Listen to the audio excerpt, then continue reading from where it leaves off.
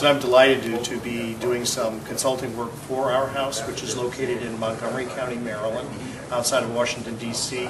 It's a residential job training center for adjudicated youth. What does that mean? We have 16 young men, ages 16 to 20, who have gotten in trouble with the law, mostly from urban centers, not educated, probably dropped out of school, not supportive families, gotten into trouble. They've usually gone to more restrictive juvenile facilities. Right. They have probation officers.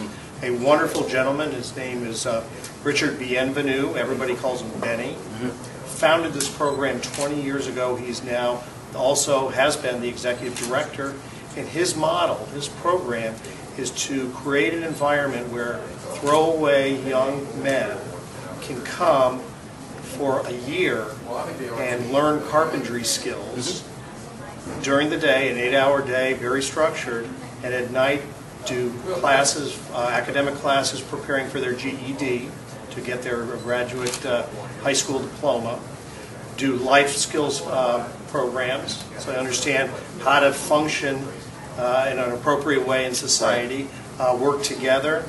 We also have organic farming. We're on a 140-acre farm in kind of one of the most affluent counties in the country. Yeah. And it's a very rural setting, and it's an interesting juxtaposition, I would think, for these kids who do come from an urban center, very low income, and suddenly they're in this more rich area doing things like this. It's got to be, sort of culture shock. And I wonder if some of these kids, when they come into the program, are they at first sort of rolling their eyes, like, I don't really understand, what's the real point here? Because they've been treated their whole lives like you say, like a throwaway.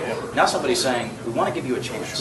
Sure. Well, the answer is absolutely yes, yeah. And they actually have sometimes those views after a full year. I mean, young people are young people. I'm a father of 4, so I understand teenage mentality, but they come here, and what we're trying to do is to teach them a skill, which is carpentry. But that's not the end game. The real end game is to get them to feel positive about themselves and their life chances, and focusing narrowly on the construction field gives them an opportunity to use their hands, use their minds, put them together to try to create something. And that's the therapy. That's the therapy, because now they feel like they've done something. You know what? I am worth something. And actually, one of the great aspects is every Saturday the executive director connects with the community, and the young men there do community service work. So over the life of the program, which is now entering its 20th year, we've contributed over 40,000 hours of manpower of these young people out into the community to do good works. Yeah, and I wonder what the success rate is as far as they get out of this program after a year. You're probably going to have some kids who, they do go back and they do mess up and there are problems.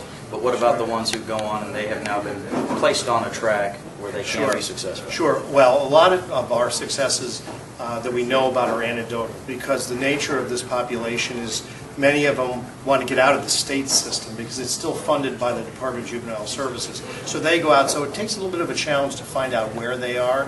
Oftentimes they'll go back to the neighborhoods that they came from in negative environments, and they still may get into trouble. What we have found that at 3 and 5 years out, that's when the light bulb goes on. It says, you know what, this isn't the path I want to be on. And I remember Benny, and they still keep in contact with him. And you know what, there is a better path for me. And that's when they start applying the things that they learned there to make a better life and so forth. We've served over 400 young men over that period of time.